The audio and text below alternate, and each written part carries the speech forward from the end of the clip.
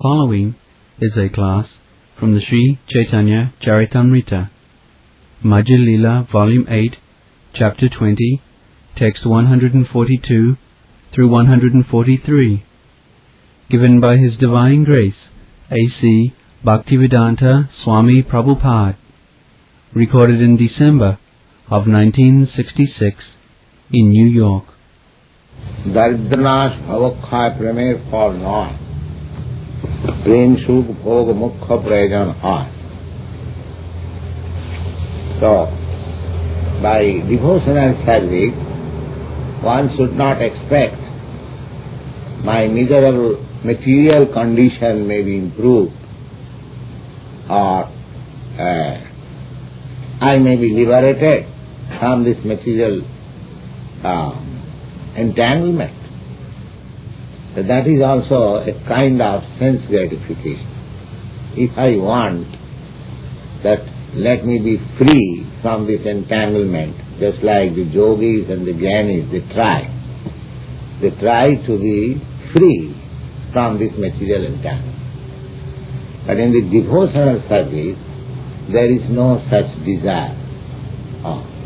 In the devotion, because it is pure love, there is no expectation that I shall be profited in this way.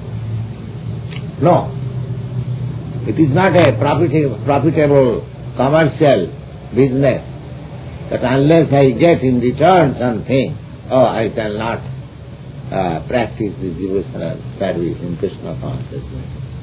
There is no question of profit. Lord Chaitanya prayed to the Lord like this. Na dhanang na janang na sundaring kavitang va jagadis kamai mamo janmani ishare bhavatad bhakti rahitu kittvai. He said, my dear Lord, Jagadisha. Jagadisha means the Supreme Lord, Krishna. Jagat means this world, material world or spiritual world, all worlds, Jagat. Jagat, gacchati iti Jagat, which is progressing, that is called Jagat. So Jagat Isha, the Supreme Master of this Jagat, going concern, Jagadisha, the Supreme Master of this Jagat, I pray unto you that I do not want na dhanam, I do not want any wealth, na janam, I do not want any number of followers, na dhanam, na kavitang majagadisha kamai. Kavitang is very nice, wise, poetical. I do not want. Then, what do you want? Mama janmani share. Janmani means birth after birth. So, he does not want liberation also. Because when you speak of liberation, there is no birth. Madhyamagatya punarjanmana vidyate. One who reaches the kingdom of God, he hasn't got to come back again to take birth here. So here Lord Chaitanya says, Mama janmani, birth after birth. That means I do not want liberation also. Mama janmani. Then what do you want? Na ishare bhavatad bhakti rahitati. My dear Lord, I may be put in any condition of my life, but please bestow this benediction that I may not forget. That I may not forget, because due to my forgetfulness, I am suffering so much. So if I can remember you, I don't mind in whatever condition I am. Yes, it is the question. Janglabdha chaparang lavang in the Bhagavad Gita, in the 6th chapter you will find, in the yoga system. Janglabdha chaparang lavang mannate navikang tataha. When one achieves that perfection of yoga, janglabdha, by gaining that perfection, janglabdha na chaparang lavang, then he has no other desire to achieve. Just like we achieve something in this material world, but that does not stop our desire to achieve something more. I may achieve millions of dollars, but that does not make me satisfied. I want further 10 millions of dollars. And when I get further 10 millions of dollars, then I desire for further 100 millions of dollars. There is no cessation. So, here is a thing. Krishna consciousness, one who is perfect in that system, Bhakti Yoga system. The Bhagavad Gita says, Janlabdha chaparang labhang na mannate adhikam. Adhikam means greater than this. We desire something which is greater than what I possess now. That's why it is.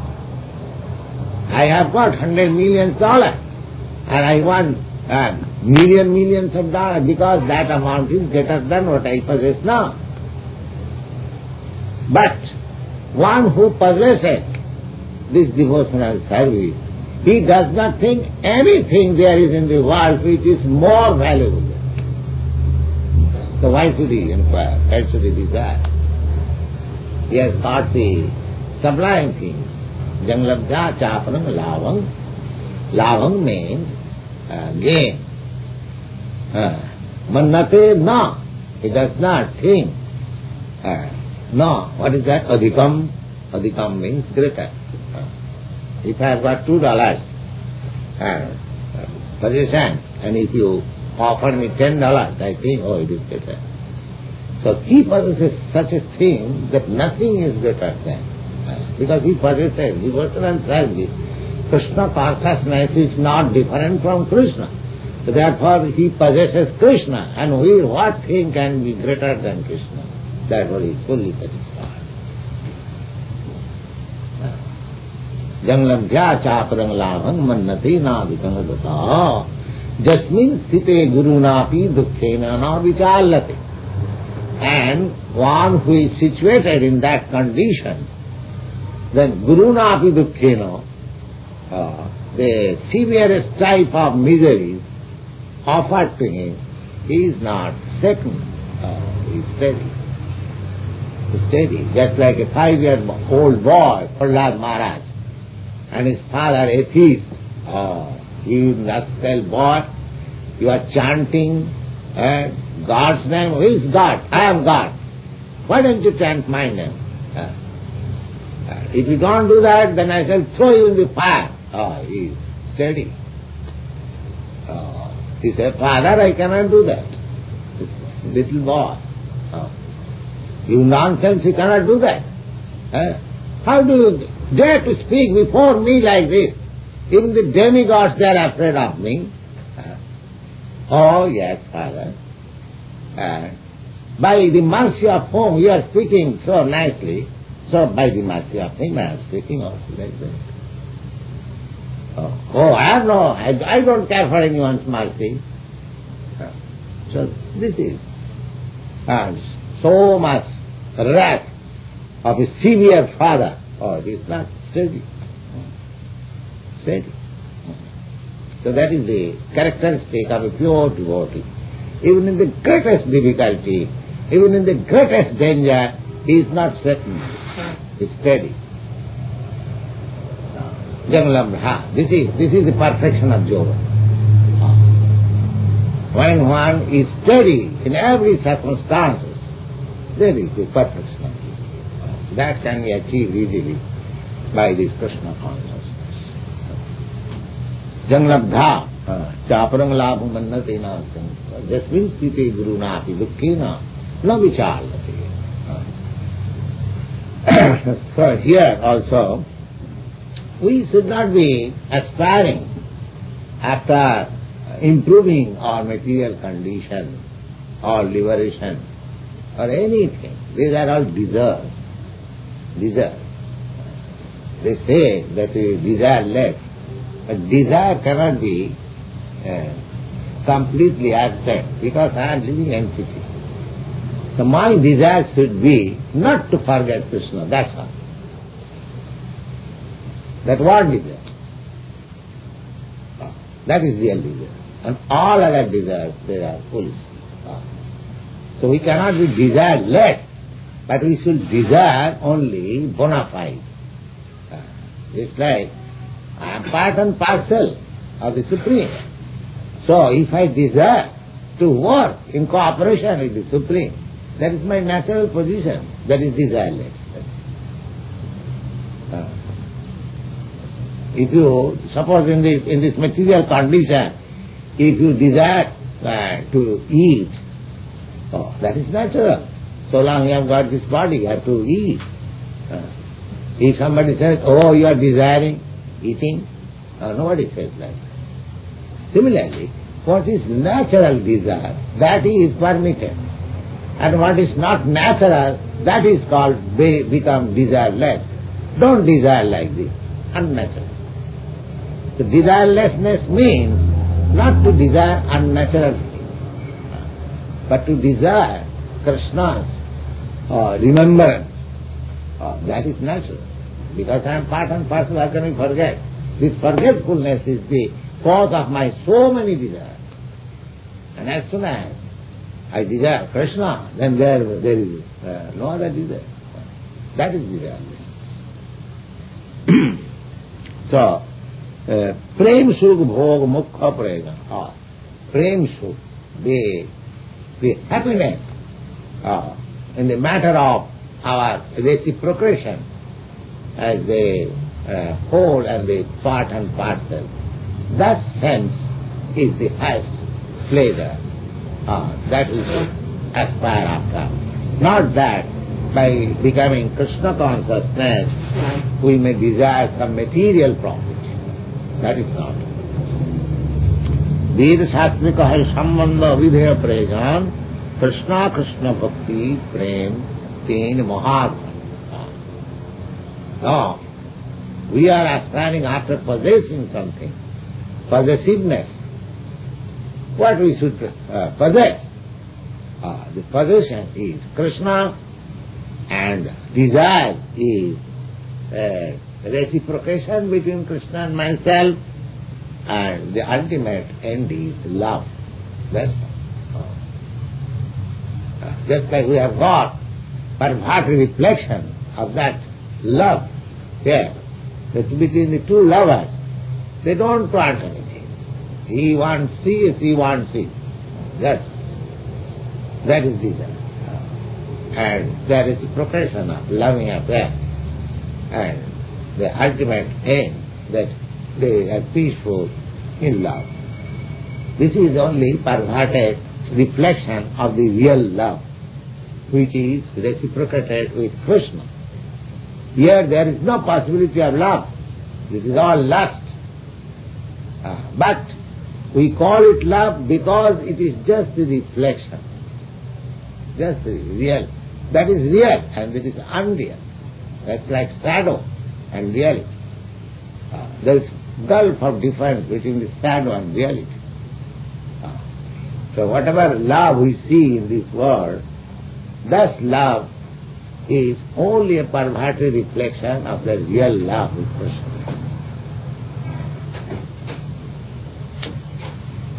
Vedadi sakal shastra Krishna mukha sambandha tar jane anusange jay maya bandha.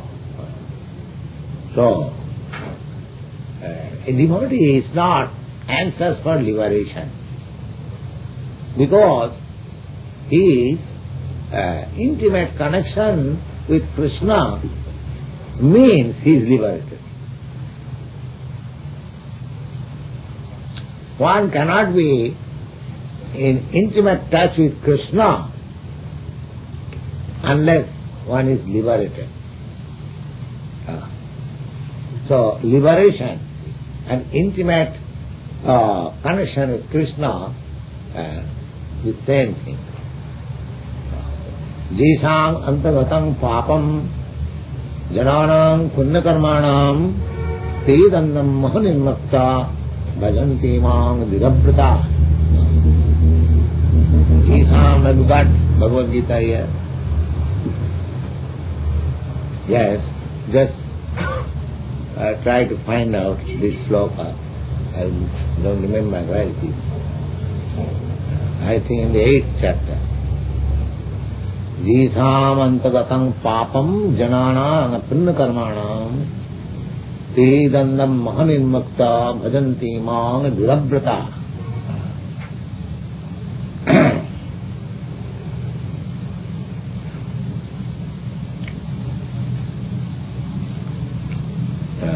Jīsām means those who are antagatam papam. Papam means sinful reaction. One who has surpassed all sinful reactions. Jīsām antagatam papam janānam. Such persons, punna karmanam, who has done never any sinful action, but always engaged in the matter of pious activities, punna karmanam. Such persons can only devote himself fully in the service of the Lord Krishna. Have you got it? What is that? But those men of virtuous deeds, whom sin has come to an end, freed from the delusion of dualities, worship me steadfast in their vows. Yes. So, to worship Krishna steadfast means he is liberated from delusion. That is mukti. One who has got still some doubt, why shall I worship Krishna? That means he is still in delusion. And still the reaction of his sinful life is not finished. A slight doubt means there is slight tinge still. And one who is dandamaho nirmukta, duality. Duality means whether I shall do it or not, whether I shall stick up to this process of Krishna consciousness or not. This is called duality. So one who is free from all the sinful reactions, he has no more duality. He has formed that, yes, Krishna worship is the final. So Krishna worship means he is liberated already. Just like the same example, if a man is sitting on the High Court bench, it is to be understood that he has passed all education and qualification and is a good lawyer. There is no more necessity to ask whether you have passed any examination or law examination. This is foolishness. Similarly, if one is, strictly in Krishna consciousness, then it is to be understood that he is liberated. Liberation, the definition of liberation is, in the Cc-Madhya-Lila, mukti,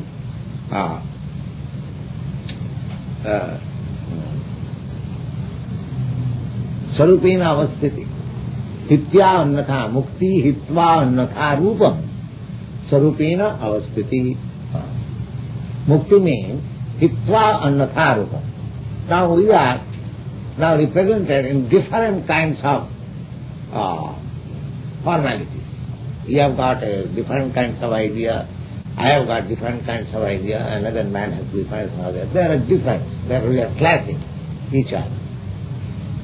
This is the sign of bondage. And mukti means when we are liberated from these different kinds of ideas. And sarupena avasthiti, when you are situated in our constitutional position, that is called mukti, liberation. And what is our constitutional position? Oh, I am the part and parcel of the Supreme Krishna. Then what is my duty? The part's duty is to serve the whole. That's all. Just like your hand, the part of your body, what is the duty of hand? To serve the body. It is very easy thing. If you are part and parcel of the Supreme, then what is your duty? Your duty is to serve Him. He has no other deeds. So, one who understands this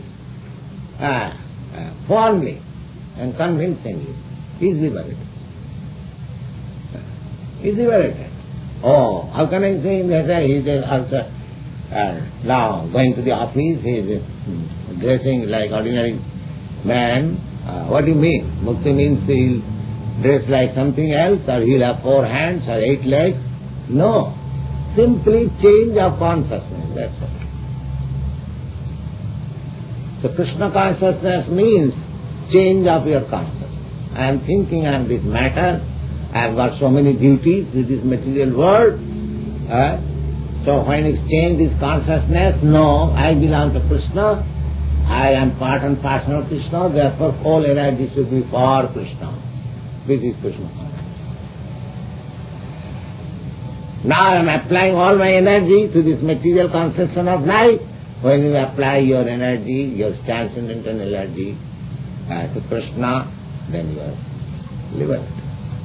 Therefore, a devotee of Krishna, pure devotee of Krishna, they are not angering after Krishna. Mukti. They say, Mukti Mukulitanjali sevate asman. Oh, the Mukti lady is standing with folded hands. My dear sir, what can I do for you? And devotee doesn't care. What can I do for me? I don't want your help. There is a nice verse of Villamangal Thakur. He lived for 700 years in Vrindavan, and he became a great devotee of Krishna. In the beginning, he was an impersonalist. His life is very nice. It is better to cite his life. He was a South Indian Brahmin, a very rich man, and very much sensual. He kept one prostitute. So he was so much, devoted to the prostitute that he was performing his father's death ceremony, and he was asking the priest, please haste, make haste, I have to go. My prostitute. So he was a very rich man, a priestly anyway, he finished that business. Then there was ceremony, he took very nice food stuff in a bag, and he was going to that prostitute's house. But when he came out of his home, it was raining torrently. So he never cared for that raining. He went to the river side. There was no boat, and the river was waving. The waves were very furious. And he thought, how can I go the other side? He was daily going to the other side of the river. Then, anyway, he crossed over by swimming. Then the prostitute thought, it is today raining, and he may not come. So he blocked the door and went to sleep. And when he came to the house, he saw the door is blocked, and it was raining still. So how can I go? So he crossed over the wall by catching one snake. Just see how much intensely he was attacked. And went to the prostitute, and he was astonished. Well, Villamangal, his name was Villamangal. How do you dare to come here like this? He described, yes, I did this. So the prostitute was astonished. Her name was Chintam. So the prostitute said, my dear Villamangal, if you have got so intense love for me, had it been for God, for Krishna, how would have been your life sublime?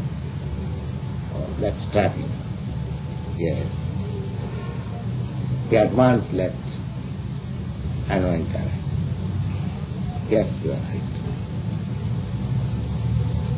Then he was Vrindavan, where he saw another beautiful woman.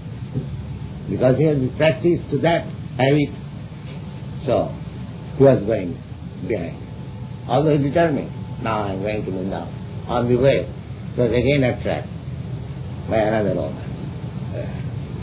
So he followed that woman. That woman belonged to a respectable family.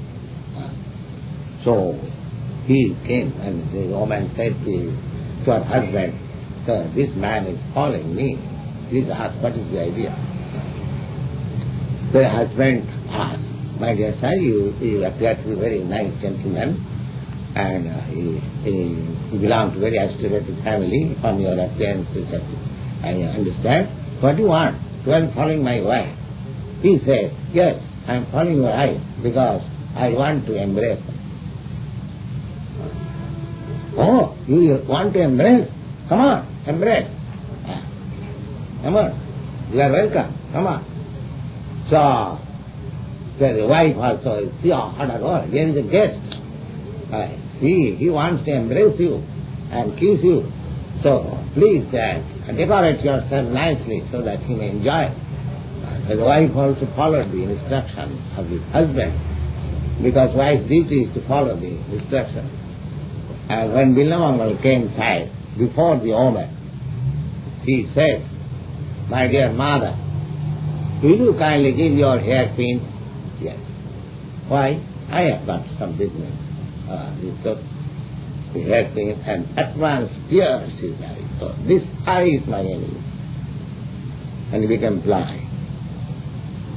He became blind. Then all of them, that's all right. Now, no more I shall be disturbed. So in that blindness, he was renouncing austerities in Vrindavan. So by the grace of Krsna, Krsna came like a boy. "Oh, my dear sir, why you are starving? Why don't you take some milk?" "Oh, who are you, my dear boy?"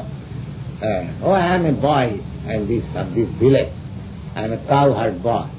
If you like, I can give you daily some milk." All right, very good. So Krishna was supplying him milk.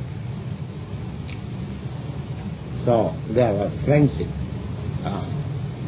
And he has written that bhakti is such a thing that mukti mukalitanjali sevati asmat. Mukti is nothing for me. So this is his word. Mukti mukalitanjali sevati asmat. So we have no desire for mukti. When Krishna comes to supply milk, then what is the use of my mukti? So that's a great soul, Billamangal Thakur.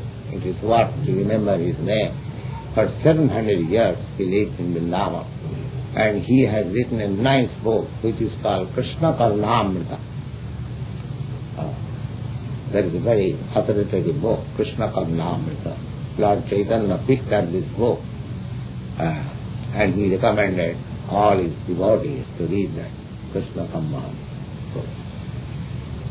Thank you. Do you have it? Yes. Do you have it? Yes.